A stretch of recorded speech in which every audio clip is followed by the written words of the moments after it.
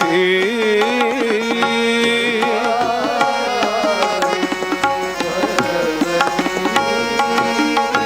चिन्मय रूपिणी नादस्वरूपिणी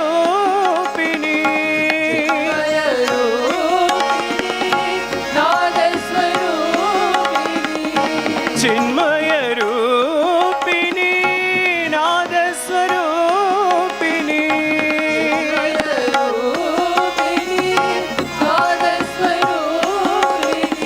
नमो नमो नमो साई नारायणी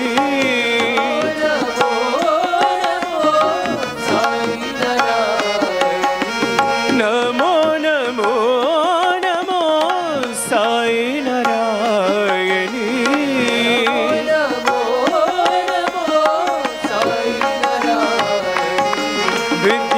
विद्यादायिनी भगवती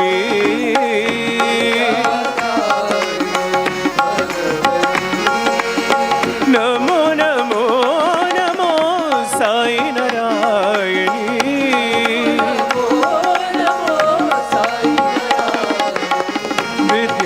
विद्यादायिनी भगवती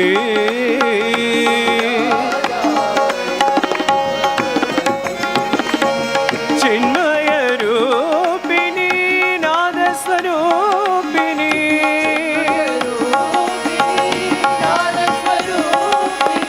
नमो नमो नमो साई नारायणी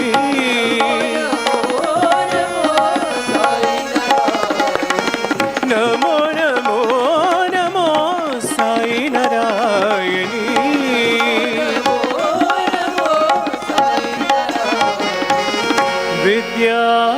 विद्यादायिनी भगवती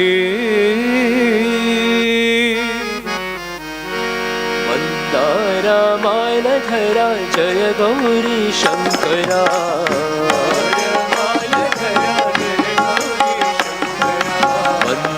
मन्दारमालधरा जय गौरी शङ्करा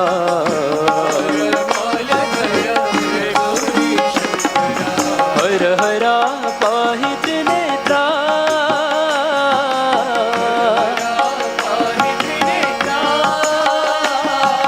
हर हरा पाहि त्रिनेत्रा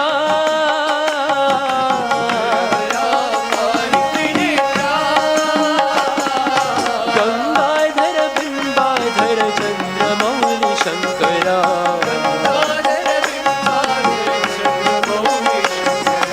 गंगाधर बिंबाधर चंद्रमौलि शंकरा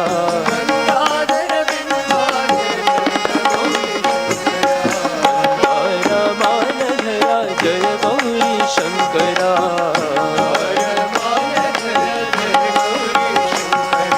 वामदेव महादेव शिव शिव शिव शंकरा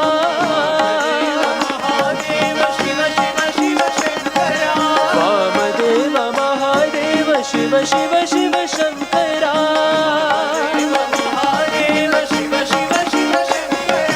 सत्य धर्म शांति प्रेम सत्य साई शंकरा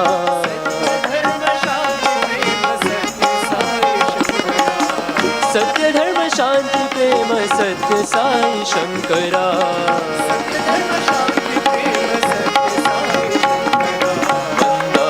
मालधरा जय गौरी शंकरा हर हरा पाहि त्रिनेत्रा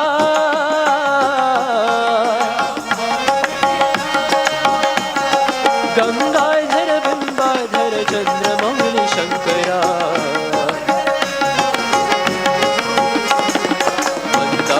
मालधरा जय गौरी शंकरा वामदेव महादेव शिव शिव शिव शंकरा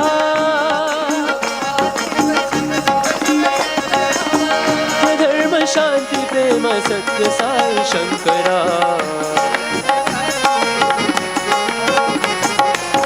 सत्य धर्म शांति प्रेम सत्य साई शंकरा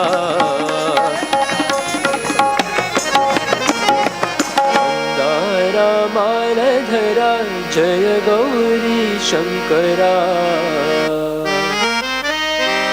साईनाथ भगवान, साईनाथ भगवान, साईनाथ भगवान,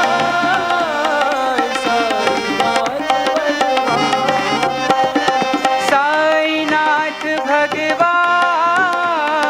साईनाथ भगवान, साईनाथ भगवान, साईनाथ भगवान, सत्यं शिवं सुन्दरं साईनाथ भगवान,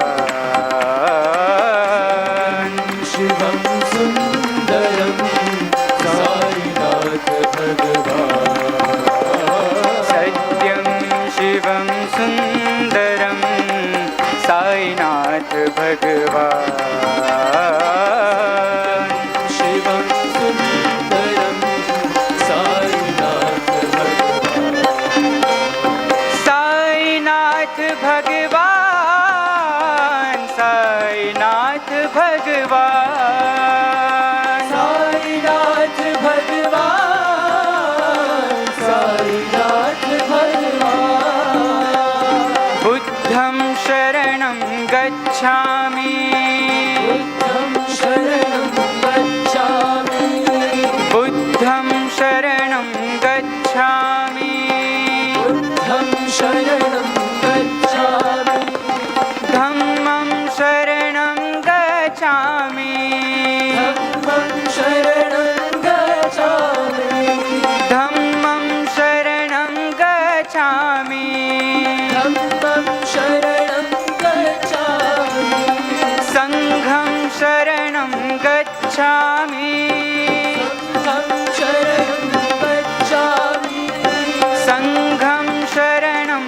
गच्छामि, संघं शरणं गच्छामि, सत्य साई शरणं गच्छामि, साई शरणं गच्छामि, सत्य साई शरणं गच्छामि, साई शरणं गच्छामि, साईनाथ भगवान, साईनाथ भगवान, साईनाथ भगवान, साईनाथ भगवान, सत्यं शिवं सुन्दरं साईनाथ भगवान,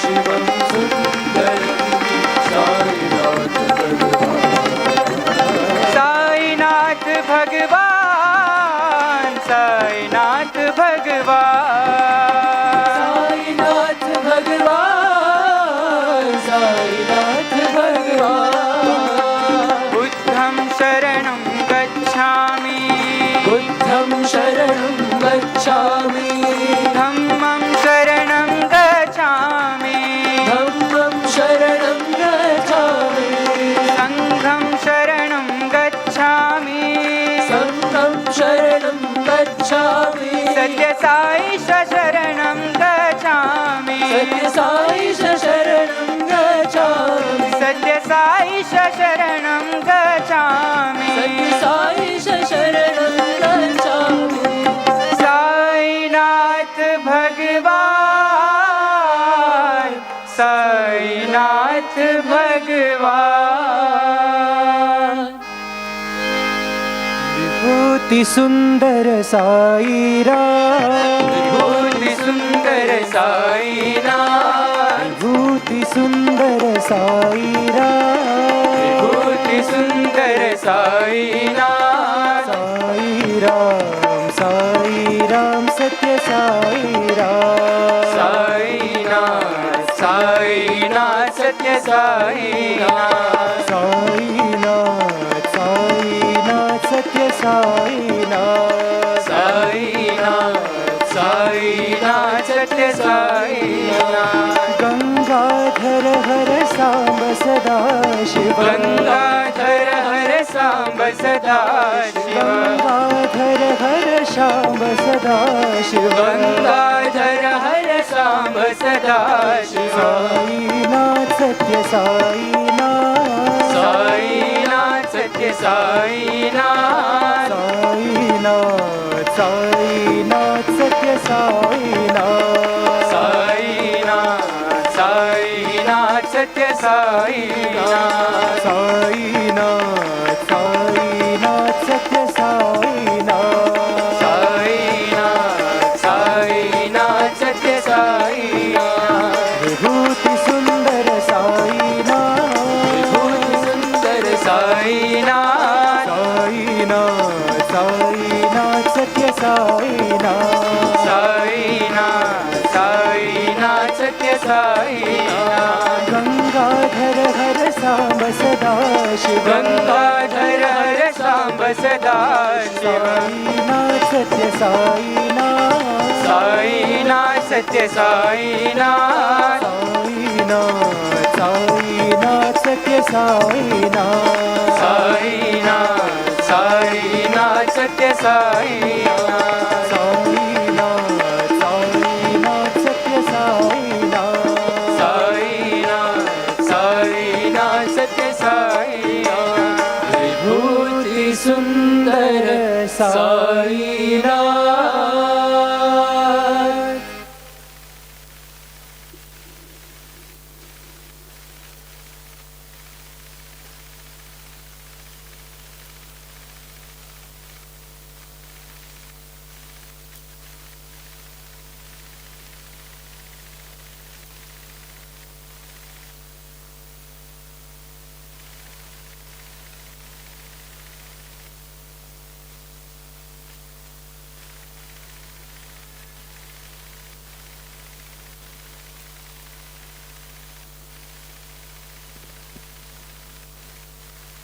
Om Shri Sairam, offering our collective prayers at Bhagwan's lotus feet, respected elders, teachers, and my dear brothers and sisters, loving Sairam to one and all. This evening, on the occasion of the 140th Samarpan, we have a very long-lasting devotee of Bhagwan. He is Dr. Prasad. Sir completed his M.B.B.S and a degree in ophthalmology from Andhra University. And for 13 years, he worked in Suguna Nursing Home in Narsapur district of Andhra Pradesh, which he founded with his mother's name. It was here that he got into Bhagwan's fold and he conducted a lot of activities, Seva activities in Narsapur, like Koti Namarchana, which he successfully completed with the support of East and West Godavari districts, devotees of Bhagwan. In the year 1993, he joined the Sri Sathya Sai Institute of Higher Medical Sciences in the Department of Ophthalmology, in which he served for 24 years. In his long-lasting career in Bhagwan Hospital, Sir completed various surgeries. He was instrumental in the final stages of Bhagwan. He was there in the panel of doctors. On 3 occasions, he got opportunity to translate Bhagwan's divine discourse into English. An entire family of Sir came to Bhagwan's fold.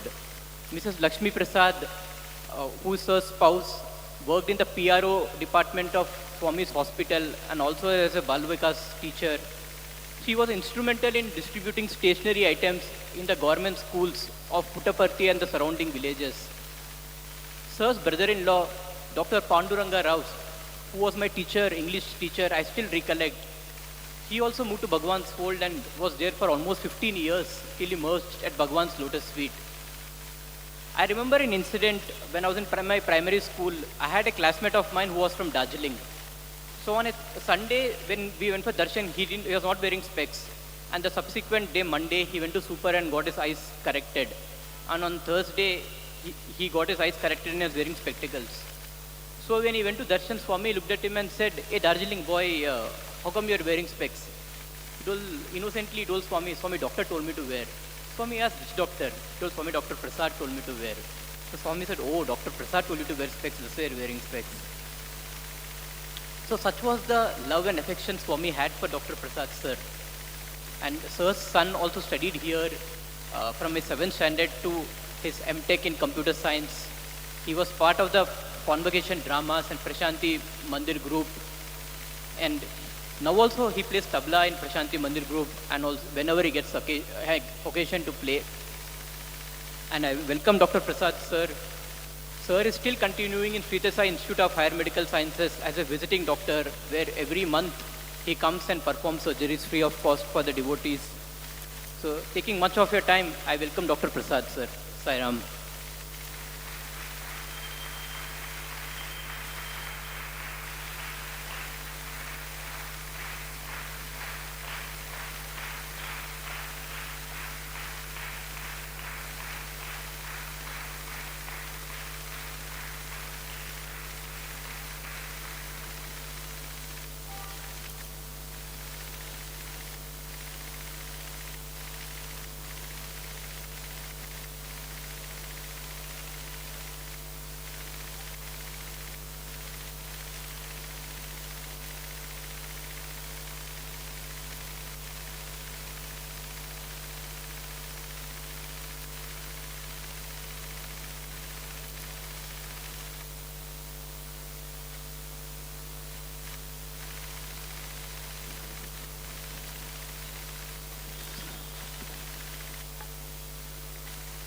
Om Sri Sairam.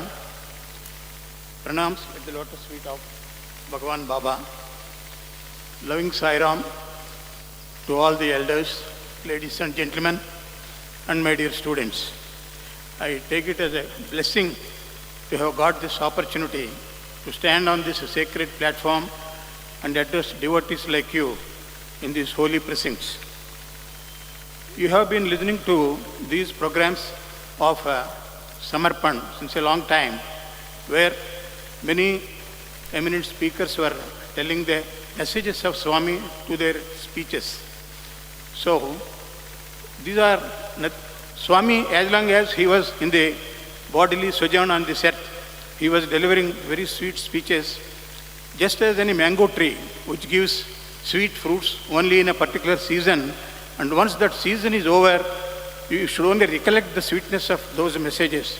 So also, Bhagavan Baba, during his brief bodily sojourn on this earth, he gave us nice fruits from this wish-fulfilling tree, and after this bodily sojourn is over, now we have to recollect that sweetness by listening to these messages till you have another crop of sweet messages from Prem Sai, whom you're all going to see definitely.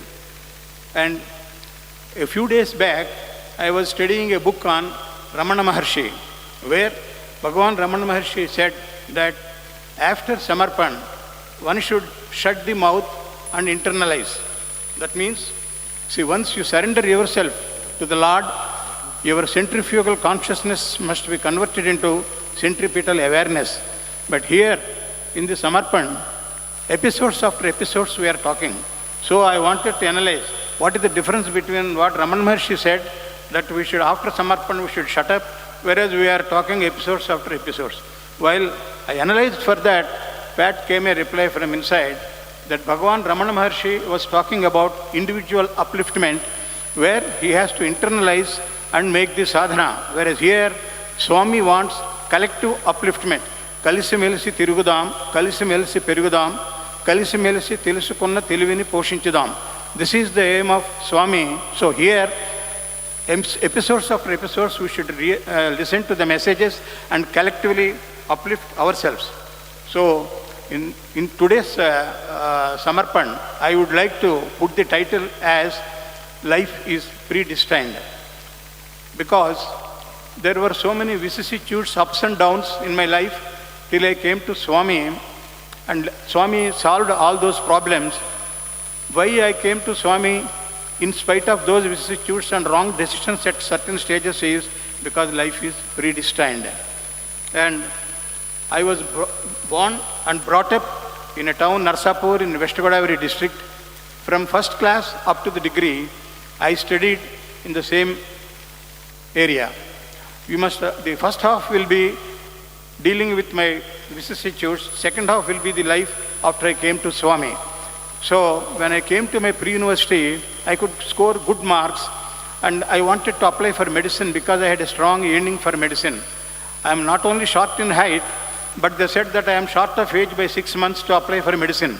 So I was derived the opportunity to apply for medicine, and I did not want to waste my time, and I joined BSc in the same college. By the time I came to second year of BSc, my strong yearning for medicine dwindled because I saw the life of lecturers there. I thought becoming a lecturer is better than becoming a doctor, because if I become a lecturer in biology, once you are thorough with the subject, the heart, the lungs, the kidneys, and the anatomy and the physiology of the animals are not going to change even after 100 years. So you need not repeatedly update yourself. This was my analysis. And also, God willing, those days there used to be many strikes, like Jayandra agitation and Andhra steel plant agitation. So I thought these leaves will be added up to our summer vacation and Dasara vacation. So lecturer's post is the best, I thought. So perhaps Swami thought that I would become a very bad lecturer. So in my final year of BSc, I failed in my organic chemistry. The examiner told that the weight I submitted at the end of the examination was short than the correct weight. So my aspiration to become a lecturer was knocked out.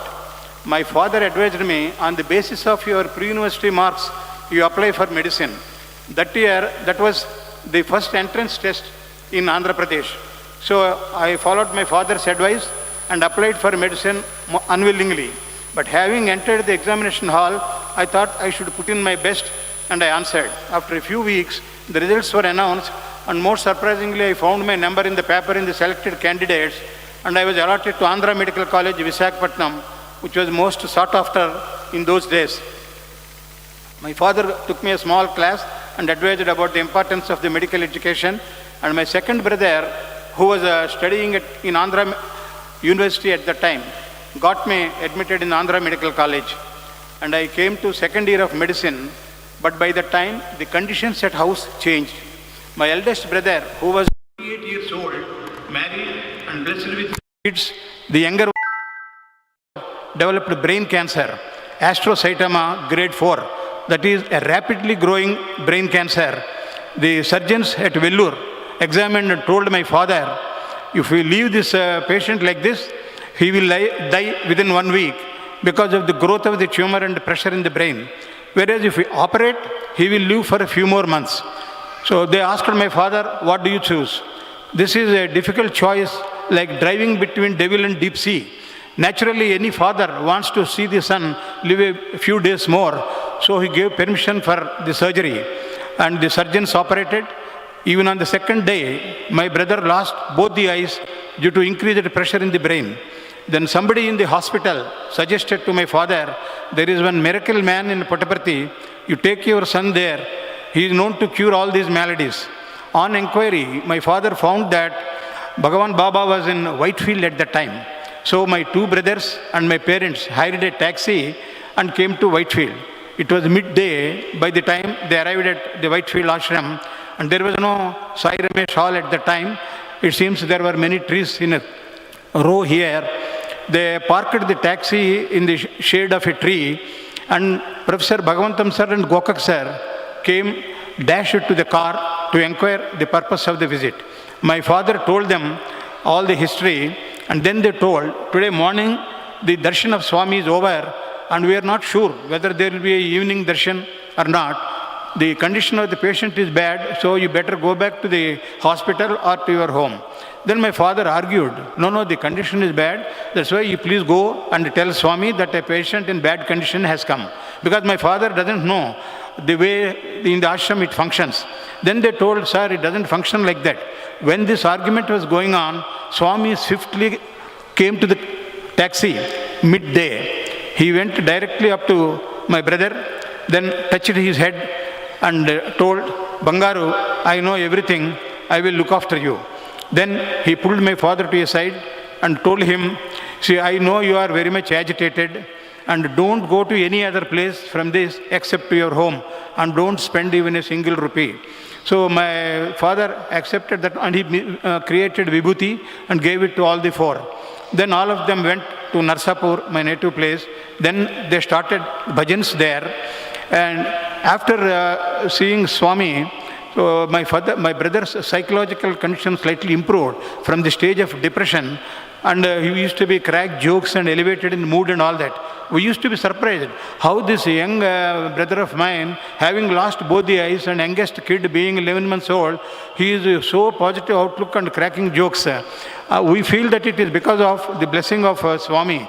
He lived like that for about 2 years, and then he passed away. So then all the photos and the books were all wound up and put on the attic. But later on, when I was studying some of the messages of Swami and spiritual books, I found an answer in that. Swami said, some of the prarabdha karmas have to reach the target. It is like an arrow which leaves the bow. The arrow which leaves the bow cannot be called back. It should go and hit. This is what has happened. But then what is the purpose of Swami in this case? Then I found the answer. See, when there is a gangrene in the body, the gangrene must be amputated. But the anesthesiologist has got a role. He can make the process painless. That's how, after seeing Swami, the remaining part of his life, he could spend happily without any fear. Then this was the situation in my second year at my home. By that time, my anatomy and physiology exams approached.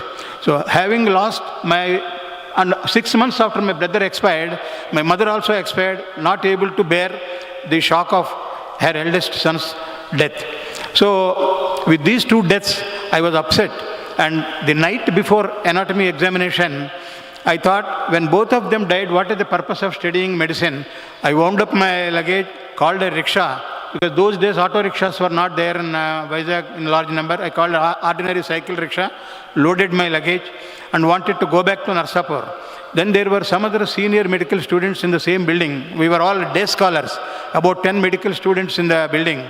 They heard these sounds and came out, and then immediately unloaded the rickshaw, took me back to my room, took a small class, and told about the dangers of emotional decisions and the importance of medical education. And they told, it is already past midnight, don't waste time, at least go through some chapters and appear for the examination.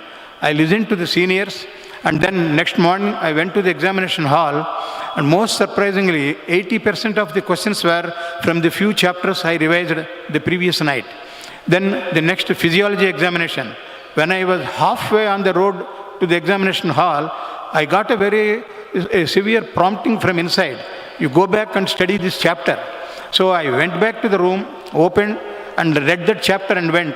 And lo and behold, the first question was from that chapter. So then I thought, some superhuman force is helping me, otherwise this coincidence, how it can happen.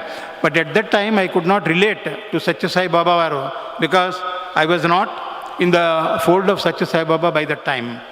Then the practical exams arrived. Those days, anatomy practicals were, we have to dissect the dead body, and the question that came to me was, dissect and display the popliteal nerve. Popliteal nerve is the nerve which goes behind the knee joint. So I dissected that one. But the unfortunate thing that happened was, that year, our internal examiner, Dr. Sanjeev Rao, had some calamity in the house, so he could not come as an examiner. They posted one Dr. Sitaramaya, retired anatomy professor, in his place. Seniors told me that Dr. Sitaramaya is an Yamadharmaraja. He doesn't spare anybody. Any small mistake, he will fail. So anyhow, I could dissect well, and the dissection was over. In my enthusiasm to make the presentation much better, I was doing cleaning on sides of the nerve, but an unwanted movement of the blade cut the popliteal nerve in the middle. I was shocked, because the Yamadharmaraja is coming, my nerve is cut. So I asked the attender there, you bring a needle. So he brought a needle. I joined the cut ends of the nerve and pressed it there, and the needle head covered with a small tissue so that it should appear neat, and I thought I was smart enough to cover everything. Yamadharmaraja came, then he was having an instrument in his handle. I thought, what is this instrument? It is a hook. He passed the hook behind the nerve and swept like this.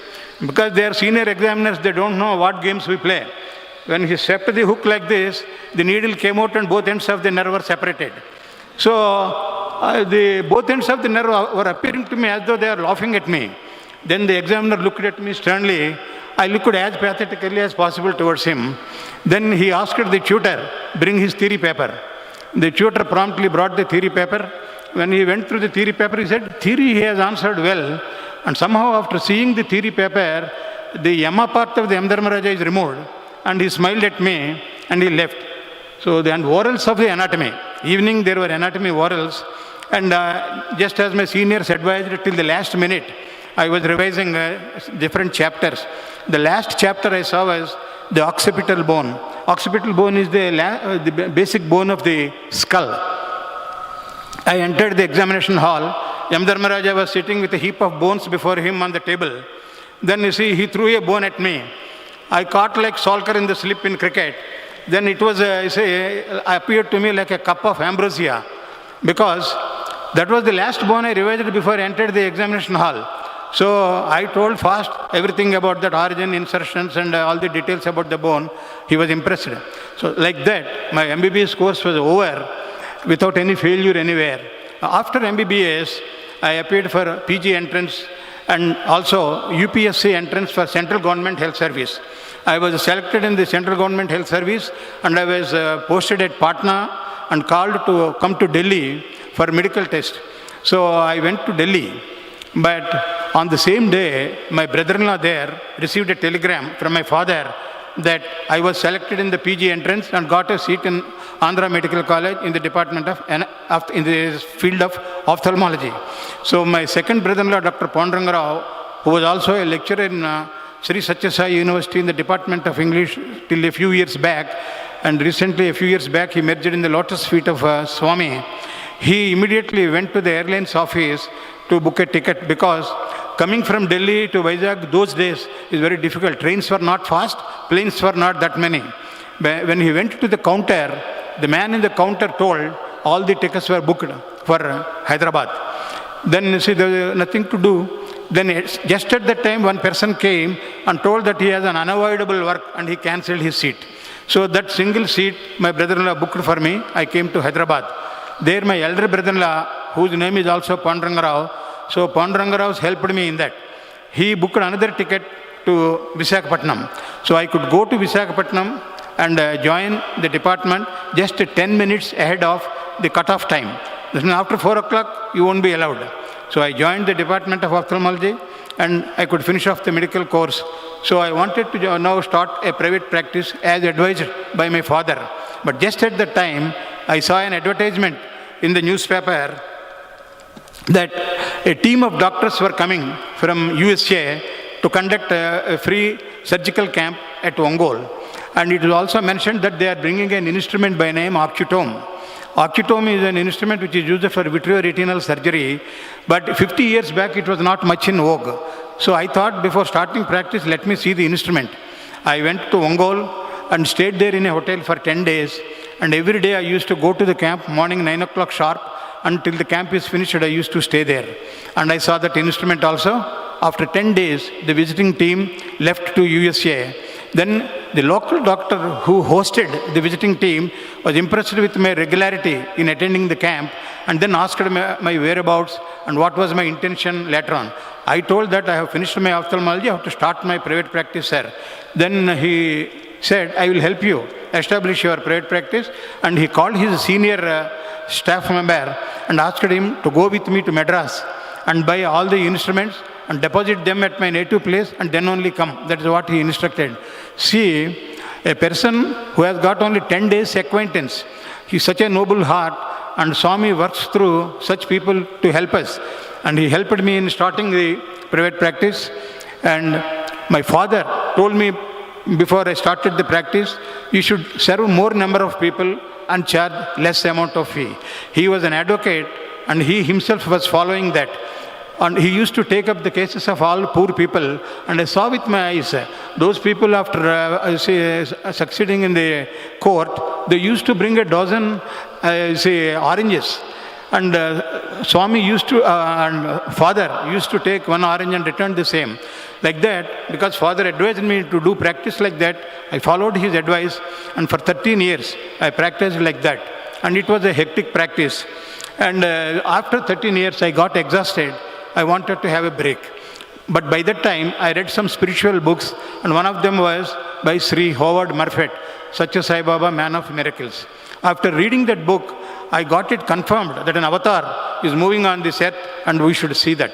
But I did not tell anybody. I told my wife also, let us give a break and then let us go on a pilgrimage. Then she told, why to any other place, let us go to Puttaparthi. I was shocked. She also suggested the same place. And I asked her, how is it that you are also telling the same space? Then he told for the first time after 13 years that as a family, they are all devotees of Swami. But her father advised her not to reveal that because we may pass a negative comment on Swami, which she cannot bear. But now the proper time has come, therefore she suggested that. Then both of us first time went to Puttaparthi. I reached Puttaparthi by 6 p.m. in the evening, and there was a nice breeze carrying the fragrance, nice wafting of the air, and it was an ethereal experience of my first visit to Ganesh temple. The next day, I went to the Purnachandra auditorium to see the yajnam. With much difficulty, I could enter the Purnachandra auditorium, and I could go to the last line, resting my back on the wall, and I had a telescopic vision of Swami, and I had a strong yearning. Can I ever sit in the front line in my lifetime? So I thought like that, and then I went to super specialty hospital to see that. But there they said you have no entrance because you have no ID. Therefore, I went back to Narsapur, and this time Swami said in the Dasara discourse, the putting flowers, waving hartis are not going to take you anywhere. They are all memories unless you do service to the poor people with love. Therefore, I thought this is what impresses Swami. I went to the Seva Samithi there. They put me in charge of the Seva wing of the Samithi, and my wife was working on the Bal Vikas section of the Samithi. I selected 4 slum areas and selected 3 or 4 young people. See, those slum areas are one lepers colony, weavers colony, fishermen's colony, and one other poor men's colony. So every Sunday we used to go to that camp, and I used to have many samples because the representatives used to provide many samples when they came to know that I am conducting free camps. So in the beginning, the patients in the camp never believed in our visits. They thought we came there to convert them because most of them were Christians. And so under the guise of this, these people have come to convert. Then we told them we have nothing to do with your religion. We used to start the camp with Ganesh Bhajan, and we gave them nice samples of sealed cough bottles, sealed tonic syrups, sealed deworming agents for their children, and sealed tablets, multivitamin tablets. With that, they were happy with the type of medicines they were receiving, and the results were also good. So in the beginning, there were only 10 patients in the camp, but by the time I left Narsapur to work in the Puttaparthi, there used to be at least 80 to 100 patients. So second time, then we visited Puttaparthi, and this time I went to the hospital and expressed my wish to work in the hospital. And we came back to Narsapur, and I had 2 miracles in my place after my visit from Narsapur. See, my wife, who was a Bal Vikas teacher, that year they had a Bal Vikas conference, which was hosted in the Olympic quarters behind. They said, I never saw that. They said there were Olympic quarters behind, and she was ready to go there. But the night before the journey, she had unbearable pain and was rolling in the bed. So I thought there must be something like appendicitis, but it was already midnight. I wanted to take her to surgeon and canceled her Bangalore trip and gave her some pain relieving tablet. Then she had a dream in which Swami appeared and asked her to put her head on his feet, and it seems he recited some words which she could not hear. After that, Swami asked her, how is your pain? And her pain was completely relieved. Then she woke me up and told about the dream and left to Bangalore. I thought this lady is going to get pain again in midway to Bangalore, but after that there was no such complaint. The second miracle that happened was I operated upon a Christian nurse in my nursing home aged about 45 years. Unfortunately, on the second or third day, she developed a painful red eye. So usually such eyes won't have good vision because the treatment also was not that effective in those days, 40 years back. So I prayed to Swami, and that nurse was praying to Jesus. One pastor was coming to her bed and praying on her behalf daily. So on my second day when I was going on rounds in the hospital, she told me, doctor, that person in the photo, yesterday he came in my dream and he touched my eye. Since that time, I was relieved of my pain and I am having good vision. I was thrilled to hear this news, and Next, we conducted a Koti Namarchana with the help of East and West Godavari devotees, and the Koti Namarchana went on very well. Right on the next day after celebrating Koti Namarchana, I received a letter from Puttaparthi to come and join in the department. So then I started inquiring whether to go to Puttaparthi, stop the practice or not, because the final moment has come. So some of the seniors told, you continue your practice and now and then go to Puttaparthi, then you can be enjoying both sides. And some seniors told, no, it is a great chance, go to Puttaparthi. My wife mainly told, no need of all those opinions, let us wind up the practice and go there for the sake of our son, who will have good education and we can spend our time in his proximity. So I followed her advice. Immediately I left by bus to Puttaparthi and joined the hospital the next day. I was given a quarters in a D block. I stayed there, and but for 15 days I could not communicate properly with my family, because those days there were no cell phones and there were only 2 land phones outside the super specialty hospital with a big queue, and after 2 minutes the person behind you will be pulling your shirt to stop. Therefore not much communication. And after 15 days I was taking rest in my room. It was midday. Suddenly with a jerk I got up, and there was an inner prompting. After coming that much distance from Narsapur, why are you wasting your time sleeping? Better go for darshan. So immediately I went for darshan, and I was seated in the doctor's area, which was on the lower veranda just before the interview room. A few minutes after that, Swami came out and called a few doctors from Singapore and Bombay, and lastly he called me also. So he began the interview first addressing me. What doctor, if I give you a gift, do you accept? I was shocked to hear this question. An avatar is asking an ordinary human being whether he would accept his gift. So for a moment I was shocked, and then this shows the humility that we should cultivate. Whatever may be your academic excellence or financial excellence, the humility is the decoration for the personality. So after that I said, Swami Vardaya. Then he pulled both his sleeves and showed me, see, my both hands are empty. Immediately he said, see, but there is everything in this hand. So immediately he waved the hand, and then he wanted to put it on my left hand. I had the audacity to tell the avatar, sir, this is left hand, Swami, please put it on the right hand. So this is all due to immaturity. So Swami obliged, and he said, okay, I will put on the right hand. And then he put it on the right hand and said, perfect fit. Then I thought about the 2 sentences Swami uttered. There is nothing in my hand, but there is everything in my hand. Then it struck me inside that when he says it is nothing in my hand, he means I am formless. When he says everything is in my hand, he is also form. So both formless and form are Swami. That I thought is the inner meaning of those 2 sentences. And after that he called me into the inner room where we were one-to-one. Then I started pressing Swami's feet. He allowed me to do that for 5 minutes. Then he took my right hand, kept it on his right thigh, and pressed it for about 5 minutes. Then he told me, see, you are having so many ups and downs, bumps and jumps in your life. So I told Swami, I will not do it, Swami. Hereafter I will be stable. Then after that, he said, we have got, excellent educational institutions. Your son can have good education there, and you will have good experience in our hospitals. Immediately I told him, Swami, all these days I have been practicing in the periphery, and I do not know the advanced types of surgery. Swami said, don't worry, I will give you training. So with confidence, then I started working there. We had many visiting doctors from states who used to tell us the latest methods in the surgeries and all that, and we were trained there only. So after that, I continued doing that surgery, and many surgeries I could do. Say, for example, ages of the patients starting from 3 months to 100 years, I could do due to the grace of Swami. And I don't say I could do, this is only Swami who is the materialistic in doing those things.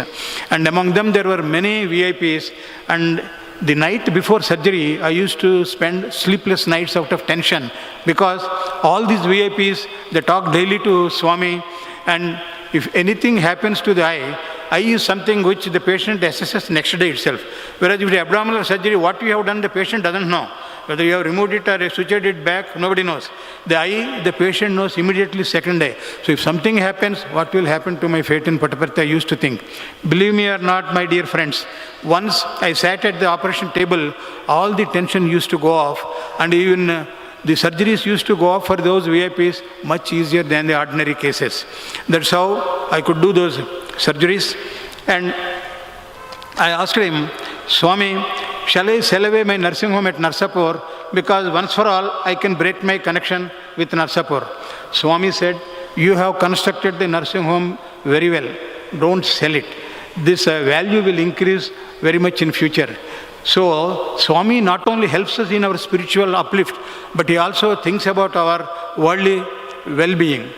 And I told Swami, lastly, I told Swami, Swami, let me be with you till my last breath. Let me be at your feet. Then Swami said, Chustanu. I was very much disappointed, because Chustanu in Telugu means there are two meanings. If he strongly says Chustanu means that strongly he will see. Ordinarily Chustanu means let me see. So I thought, why Swami said let me see? Something is going to happen to me, or what is happening to me? My dear friends, till 4 months back the doubt was still there.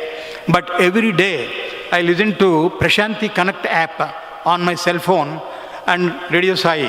All of you also must download that. Whenever you are free, you must listen to those messages. And I continuously, it takes 45 minutes from my house to hospital every day. I listen to one message. Returning time also I listen to one message. 4 months back in one speech, Swami said, sometimes some people ask me some things, then I say, Chustanu. Chustanu means chastanu. When he said that, my doubt was once for all cleared off, and I thank Swami for clarifying that. And after that, see, my routine surgical work is continuing, and my wife was working in the PRO office. And in course of time, I had an occasion to have 3 translations of Swami. I could translate. The first translation was in the Bhajan Mandir of the Prasanthi Nilayam. Then the second translation was in the central dome of Sathya Sai Super Specialty Hospital. The third one is the canteen on the occasion of inauguration. In the first instance, say the staff, combined staff of Whitefield and Puttaparthi, a meeting was called for. The previous night, I thought in this meeting, if Swami asks any doctor to speak, I wanted to speak. So I had that evening. Then I prepared to some extent. The meeting started, and most surprisingly, Swami suddenly, you come and translate. So I was thrilled. I went, and the sentences were coming from Swami's mouth like arrows from the bow. So fast he was speaking. But the person who gives us the job, he himself helps us. So I could successfully translate his speech. At the end of the speech, he said, Bangaru baga tayarayadu. See, Bangaru is shaping up well. And he created Vibhuti for me. My purpose of wishing to speak by the side of Swami was, I could have some photos standing by the side of Swami, and if Swami wishes, he can give Vibhuti, I thought. So I could have many photos, and I could have Vibhuti all in the same time. He did in a single shot. The second translation was in the central dome of the hospital. That time, in the middle of the translation, it was almost like a private interview on a public platform. In the middle of the discourse, he said, Prasadu, మీరు ఎక్కడి నుంచి వచ్చారు, బాగా translate చేస్తారు, ఏ ఊరి నుంచి వచ్చారు, అక్కడ ఎవరున్నారు, అమ్మ నాన్న ఎక్కడ, ఎంతమంది పిల్లలు, అబ్బాయి ఏం చేస్తున్నాడు, I think all of you understand Telugu. So he asked all these questions in the middle of the discourse. Then why did you not make him a doctor, he said. So I told he likes mathematics, Swami, that's why he is doing MSc mathematics. Then say, after that, what is his name, he asked. Kalyan Gautam Swami. Kalyan Gautam, not yet married, he said. Then he created a chain. So when I put my hands like this, he was putting the chain, and in the last minute there was a twist. He said, put this chain in the neck of your son. So I was happier, because he could get a chain in absentia. So that was the second translation. The third translation was at the time of canteen inauguration. By that time, Swami was moving in the wheelchair, and voice was not that clear. It was a very short discourse. After he started his first sentence, I could not hear anything. So I do not know what prompted me. I immediately dashed to Swami's chair and sat before him like this, in this distance, and turned my face towards him and back towards the audience. I took a cordless mic and I was translating to that, doing lip reading. At the end, and it was a very brief discourse, 15 minutes or so. Then I thought at the end of the discourse, what I have done, I've gone, sat before Swami when he was discoursing, and I was turning my face towards audience and looking at his face. So, but see, that was the occasion that demanded that. But nobody found fault with me, neither Swami nor the administration. Like that, all the 3 translations were over, and to one humorous occasion I will tell. See, every year on a particular festival, Swami used to distribute saris to some VIP ladies. That particular year, one boy was coming with a bunch of saris holding like this, and instead of turning towards the left side after the interview room, he turned towards the right side. We thought the student is getting confused with bringing saris towards the male side. Then he came and stood in the middle of the doctors. Swami came immediately from his room and he started putting saris in doctors' laps, 1 sari to each doctor. All the ladies were laughing from the ladies' side, and finally he asked, who are the doctors who didn't receive saris? 2 doctors raised their head, we have not received saris, Swami. So that was a big humorous moment, and Swami went and gave them saris. While going back to the residence, he stopped where my wife was sitting, and while talking to a group of ladies, he said, do you know why I gave saris to males? If the husband gives the sari to the wife feels more happy. See the human touch of Swami, so he converted this into that. And 3 medically related experiences I will tell. The first one belongs to me, 2 belong to Swami. The first, after coming to Bangalore, after Swami's Mahasamadhi, so I had a problem of hernia, and I neglected it to that extent that it went to the stage of strangulation. So, but I do not know any general surgeon here. So I thought of Swami and pressed the Google. Immediately, one doctor's name came from Columbia. So then I went to the doctor in Columbia. In our discourse, it so happened that his father also was a plastic surgeon and regularly visits Puttaparthi. See, it was so connection. I prayed to Swami and pressed the button. He added me to some other person who is also a Swami's devotee. Then he said, I will introduce you to another surgeon who is an expert in the surgery. And he suggested to me another surgeon who works in the Fraser town. And this doctor also told he would also come to the surgery. And both of them did an excellent one. So this is how, even if, we are remote, and even after Mahasamadhi, if you pray, he is coming to our help. And the 2 remaining experiences, medical experiences are, once Swami's eye became red. Then Chiranjeev Rao came and took me by van into the Purnachandra auditorium, and I went to Swami's room.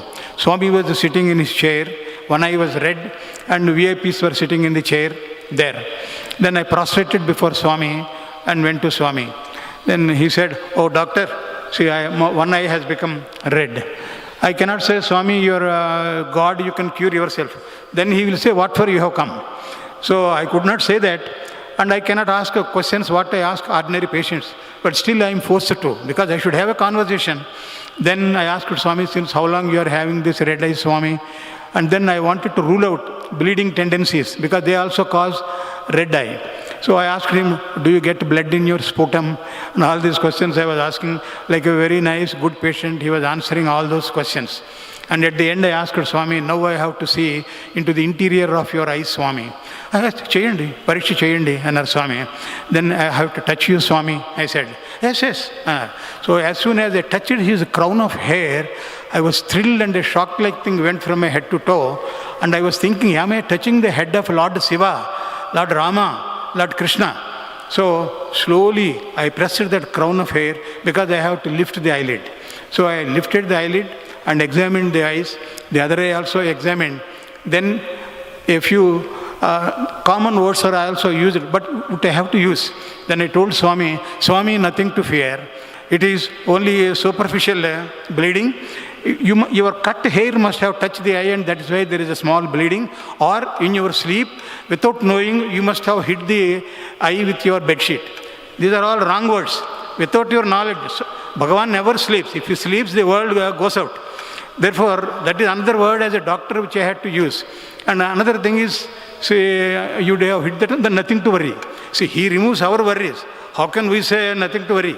But anyhow, the interview, the contact happened like that, and subsequently there was no problem. The other visit was when he was in the ICU. I visited Swami about 10 to 12 times when he was in the ICU. One day when I went, the students were doing Harati Bhajan at a low voice because they wanted to maintain the ambience of the ashram there also, I think. So at a low voice, they were at the bhajan time, they were giving the Harati. I was on the right side of Swami and there was nobody blocking my vision. Swami was like in a deep trance at the time. But when they came to the end of the Harati and said, Samasta lokas sukhino bhavantu, Swami opened his eyes widely and he was seeing. And again went into trance. Second time, Samasta lokas sukhino bhavantu, same moment. All the 3 times he did that. And then I thought, this is Swami. Every atom of his personality is Samasta lokas sukhino bhavantu. My dear friends, that is what our Swami is. And all of you, please prepare yourself hearing to the messages of Swami. Because there is a saying that the message of a guru is more important than a guru. Because the physical body is bound to disappear after some time, but the message is eternal. So we have to go on listening to the messages in your spare time. Though it is repeated discourses, never cut off. Because the more number of times you hear the discourse, you will find new meanings and the message will sink into your heart. Our hearts are closed from inside. Swami is knocking outside the heart. If you open your doors from inside by sadhana, Swami is there ready to occupy the single-seated sofa inside. So, you please practice all these things. And when I was seated on the veranda, I was reading one book. Swami once came there. I did not observe he is there. Then you see, when I lifted my head, he said, what is that book you are reading? I told Viveka Chodamani Swami, don't make mastakam into pustakam, he said. So I could not understand. What is the real meaning of making mastakam into pustakam? In fact, I thought, if mastakam becomes pustakam, we can give so many quotations extempore and it will be more impressive, I was thinking. But then later on when I introspected, I found that the textbook, though it contains Viveka Chodamani, it contains so many valuable, so much information, the book can never be realized. Just as a spoon, though it is in a sweet pudding, for any amount of time, it can never taste the sweet pudding. Therefore, what he intends is, from reading from the book, your mastakam should be transformed. Information must go into stage of transformation. So please practice that and be prepared before Prem Sai comes, because you are bound to see him, so that you can go into the proximity of Swami, Salokya, Samipya, Sarupya, Sayujya. These are all stages of evolution, and you have got plenty of time and lot of future before you. And before I end my speech, I will be indebted if I don't express my gratitude to my parents, because it is because of them I could come into this world as a contemporary of Bhagavan Swami, and I could come to his proximity. And next, I offer my gratitude to my family, my wife, my son, daughter-in-law, brothers and sisters, because of all of them are trekking the same path. And so I could go deeper into this one because of the homogeneity in the family. And lastly, I offer my gratitude to the organizers who could give me this opportunity to stand on the sacred platform. In fact, one of my desires at the time of Swami's translation in Bhajan Mandir was, I should translate, so I should talk, I should speak. That was not fulfilled. But today is a great day. It was fulfilled. I could speak before sacred audience in the presence of Swami. Thank you, Swami.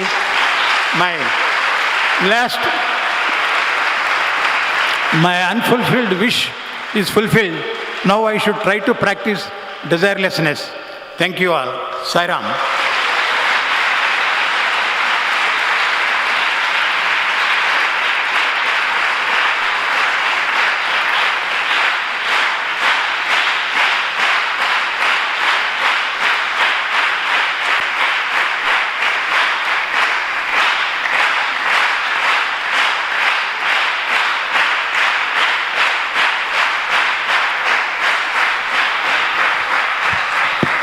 Sairam sir, we fondly recollect how you used to come to the hostel when the entire hostel got conjunctivitis, you came to primary school, higher secondary school and treated the students. I remember when we were students, right from the controller who was Professor Nanjundaya sir, to all the students in all the three campuses, Prasanthi Nilayam, higher secondary school, primary school used to come and meet you and consult you for eye. So we had a ready answer. If you are wearing specs, who told you to wear? It is Dr. Prasad sir. And we thank you sir for coming and sharing your experiences with us. Before I conclude the formalities, I have a few announcements to make. The 149th Samarpan will be held next month on the 15th of October, and we have Brother M. Sai Kumar who will be sharing his experiences with us. And the Bhakta Bhavananda will be held on the 1st of October. After the Mangala Aarathi, Bhagavan has blessed us to participate in the thrice Pradakshina. Post that, all the devotees who are here, I request them to partake of Bhagavan's Prasadam, which will be given at the exit gates. I now request Sri Ravi Kumar sir, Warden, Sri Rajasa Institute of Higher Learning, Brindavan campus, and our Lakshmipati uncle sir, to please come over and felicitate Dr. Prasad and hand over Bhagavan's memento.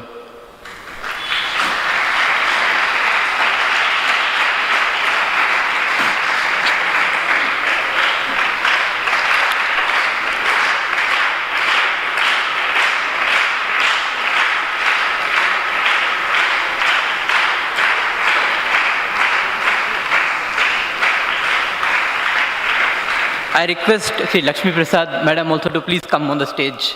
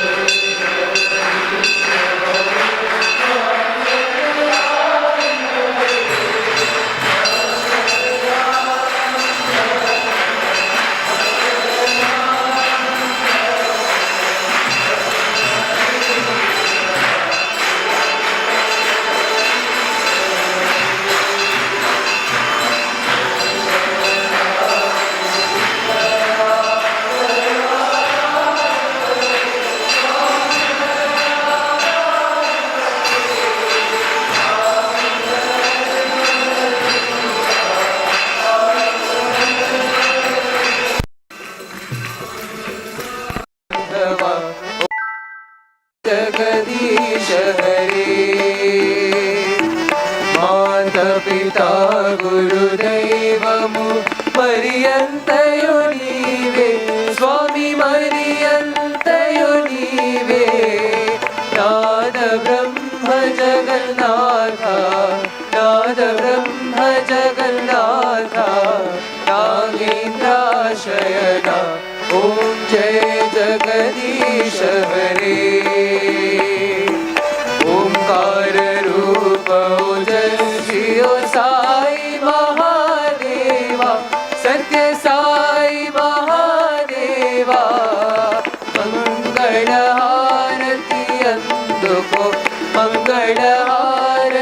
అందుకో వందన గిరిధారి ఓం జయ జగదీశ హరి నారాయణ నారాయణ సత్యనారాయణ నారాయణ నారాయణ నారాయణ నారాయణ సత్యనారాయణ నారాయణ సత్యనారాయణ నారాయణ ఓం జయ సద్గురుదేవా నారాయణ నారాయణ సత్యనారాయణ నారాయణ నారాయణ నారాయణ నారాయణ సత్యనారాయణ నారాయణ సత్యనారాయణ నారాయణ ఓం జయ సద్గురుదేవా నారాయణ నారాయణ సత్యనారాయణ నారాయణ నారాయణ నారాయణ నారాయణ సత్యనారాయణ నారాయణ సత్యనారాయణ నారాయణ ఓ జయ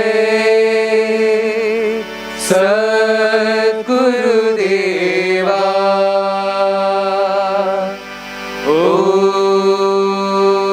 ఓం శాంతి శాంతి శాంతి సమస్త లోకా సుఖినో భవంతు సమస్త లోకా సుఖినో భవంతు సమస్త లోకా సుఖినో భవంతు ఓం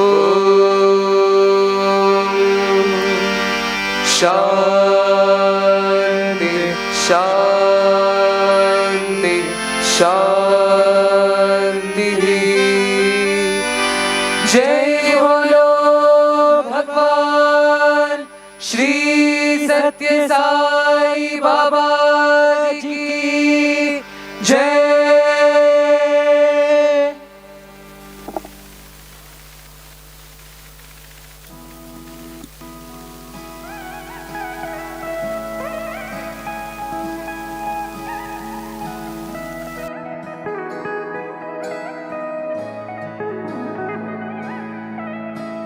स्वस्ति प्रजाभ्य परिपालयन्ता न्यायेन मार्गेण महिषाः गोब्राह्मणेभ्यः शुभमस्तु नित्यम् समस्तलोका सुखिनो भवन्तु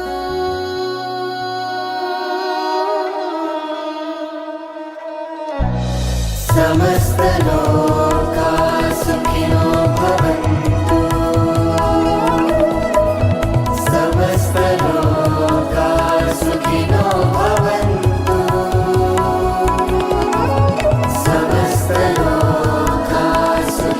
भवन्तु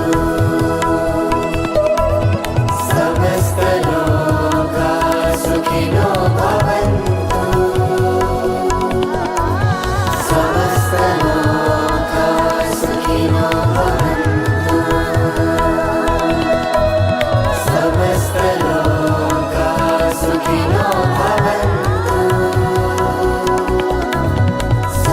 समस्तलोका सुखिनो भवन्तु